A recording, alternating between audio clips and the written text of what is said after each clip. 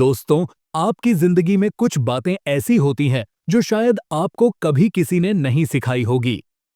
कुछ ऐसे नियम जो हमारे रोजमर्रा के जीवन में हमें सफलता और खुशियां दिला सकते हैं, लेकिन जिन्हें जानने के लिए ना तो कोई किताब है और ना ही कोई शिक्षक है। यह वीडियो उन अनकहे और उन अनसुने नियमों को सामने लाती है जिन्हें जानकर शायद आपकी जिंदगी का नजरिया ही बदल जाएगा। यह नियम हमने अपने बुजुर्गों से सीखा है, जो बिना किसी किताब के पढ़े अपने तजुर्बे से बताते थे, जो आज के समय में सच होती दिखाई देती हैं। हर एक नियम आपको एक ऐसा सबक सिखाएगा जो आपको कोई नहीं सिखा सकता, बल्कि यह सब जीवन के अनुभवों में छुपा होता है। अगर आपके आजू बाजू ईयरफोन है तो उसे लगाकर तैयार हो जाओ, क्योंकि यह वीडियो आपकी पूरी लाइफ चेंज करने वाला है। तो चलिए वीडियो शुरू करते हैं। उन 5 नियमों की लिस्ट में जो पहला नियम है वह ये है कि आप अपना एक बजट बनाओ। सपोज कीजिए कि आपकी खुद की एक कंपनी है या आप कहीं जॉब करते हैं, तो आपकी जो सैलरी है या फिर आपकी जो कमाई है जो इस कंपनी से होती है, तो अब आप बताइए कि आप कैसे मैनेज करेंगे।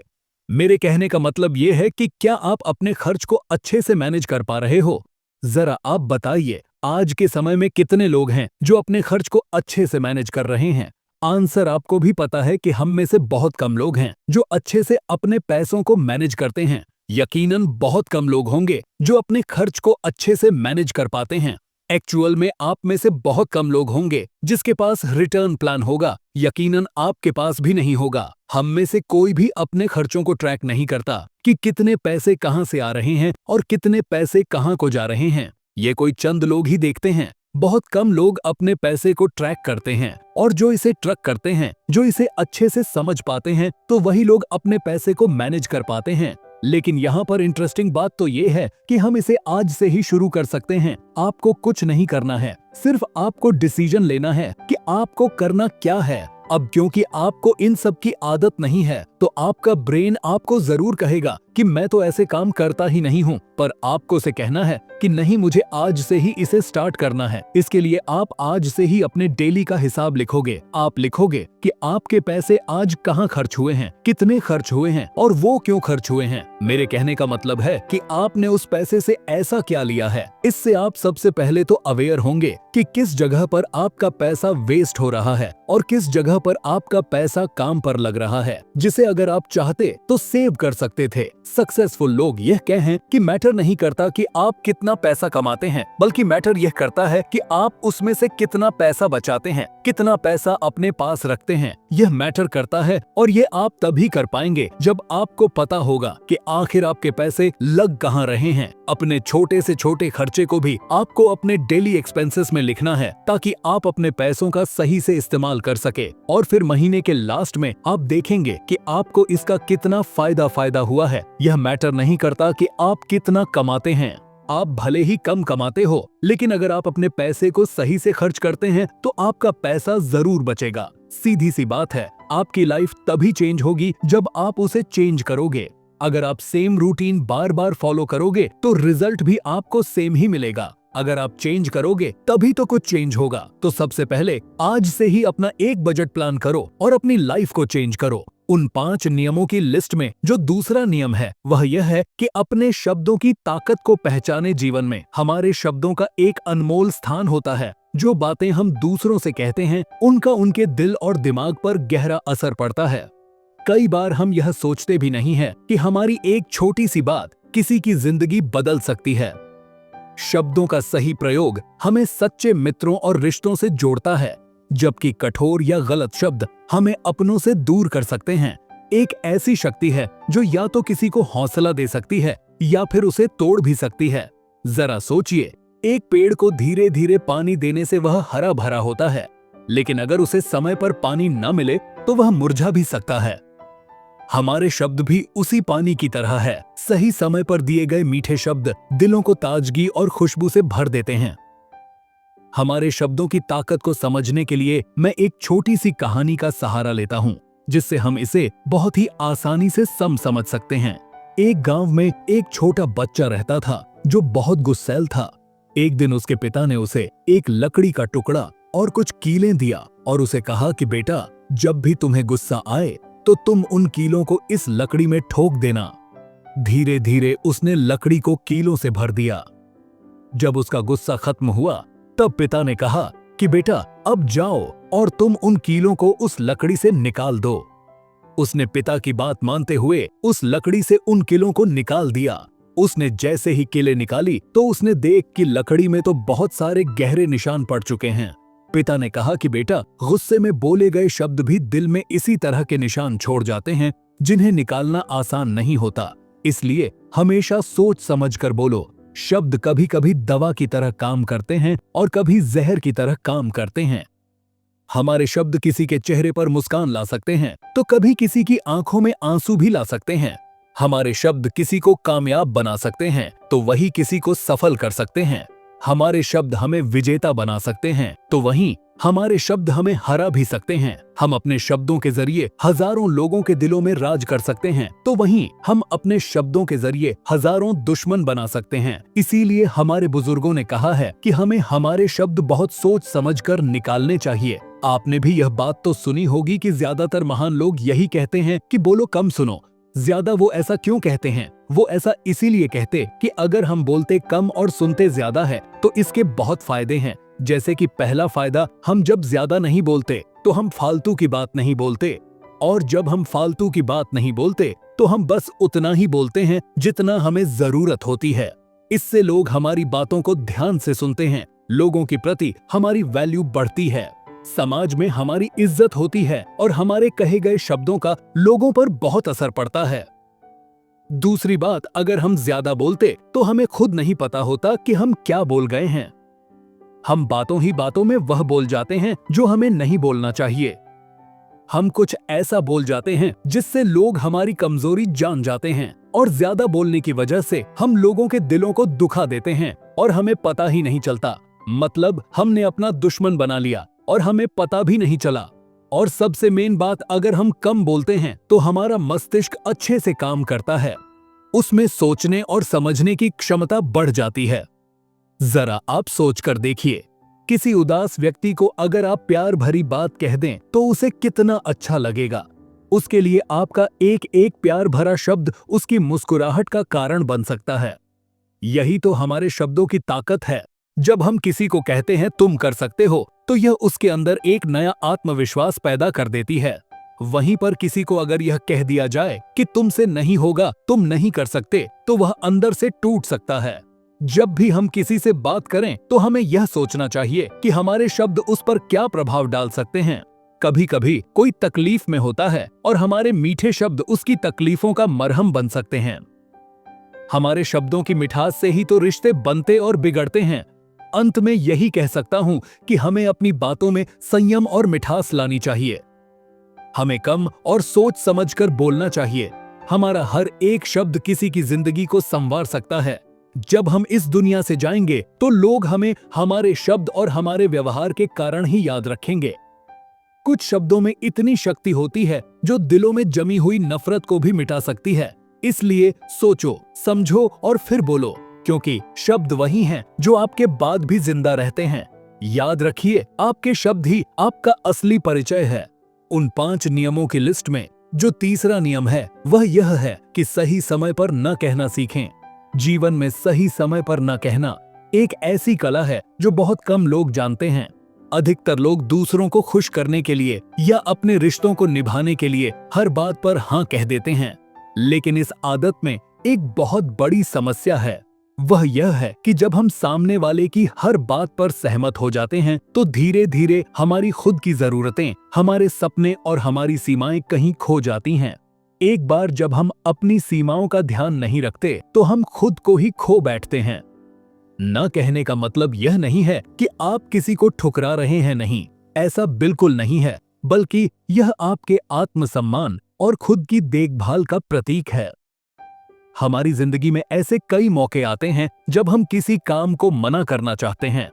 कोई काम करने का हमारा मन नहीं है, जैसे कि आप एक क्रिकेटर बनना चाहते हैं और आपके घर वाले कहते हैं कि आप इंजीनियर बन जाओ। ऐसे में आप न कहना चाहते हो, लेकिन आप डरते हो कि कहीं घर वाले नाराज ना हो जाए या हमें गलत न समझने लगे। कभी कभी ऐसा भी होता है जब हमसे कोई कुछ काम करने को कहता है, लेकिन हमारा मन नहीं है उस काम को करने का, तो हमें वहां पर भी नहीं कर देना चाहिए। सोचिए, अगर कोई आपसे बार बार कोई काम करवाता है और आप मना नहीं करते हो, तो अक्सर क्या होता है कि आपके पास अपनी जरूरतों के लिए समय नहीं बचता और आप अपने काम को पूरा नहीं कर पाते।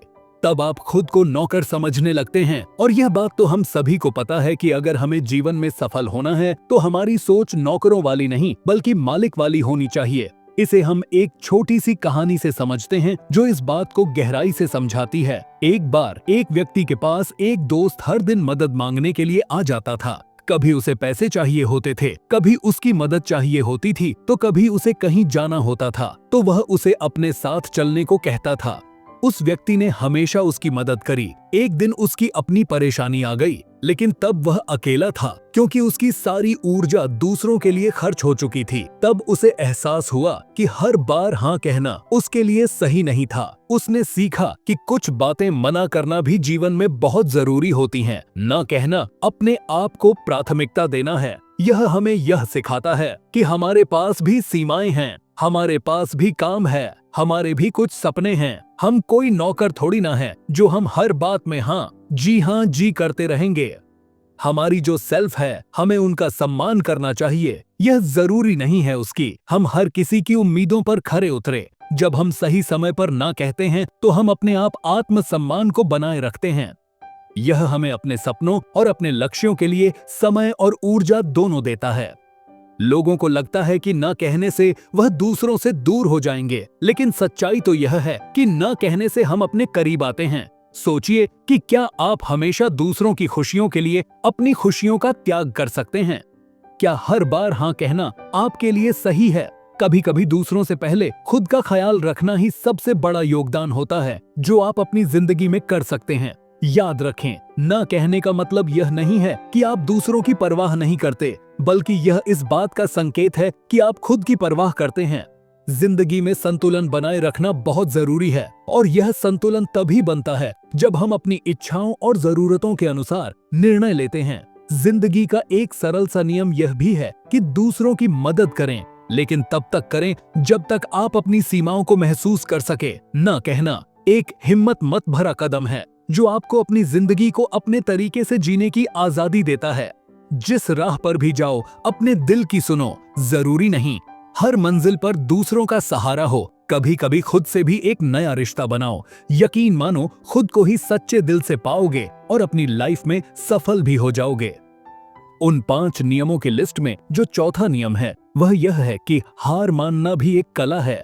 जीवन में हम अक्सर हार को नकारात्मकता और असफलता से जोड़ लेते हैं, लेकिन सच तो यह है कि हार मानना भी एक कला है जो हमें जीवन में नए रास्तों की ओर ले जा सकती है।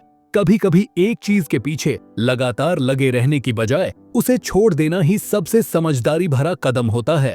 हार मानने का मतलब असफल होना नहीं है, बल्कि यह जानना है कि कब हमें आगे बढ़ना है और कब पीछे हटना है। जैसे एक पेड़ जब अपनी पुरानी पत्तियां गिरा देता है तो वो कमजोर नहीं होता, बल्कि यह संकेत होता है कि वह नई शुरुआत की तैयारी कर रहा है। इसी तरह जीवन में कुछ चीजों को छोड़ देना, कुछ रिश्तों से दूरी बना लेना या किसी असफल योजना को अलविदा कह देना ही हमारे लिए नई संभावनाओं के द्वार खोल सकता है। इसे हम एक छोटी सी कहानी से समझते हैं। एक गांव के किनारे नदी थी जिसे पार करने के लिए एक आदमी हर दिन एक टूटी हुई नाव का इस्तेमाल किया करता था। वह पूरी मेहनत और ताकत से नाव को खींचता था, लेकिन हर बार वह आधे रास्ते में ही फंस जाता था। एक दिन उसने हार मानकर नाव को छोड़ने का फैसला किया। तब वह नदी पार करने के लिए रास्ता ढूंढने लगा। रास्ता ढूंढते ढूंढते उसे एक पुल दिखा जो नदी के इस पार से उस पार जा रहा था।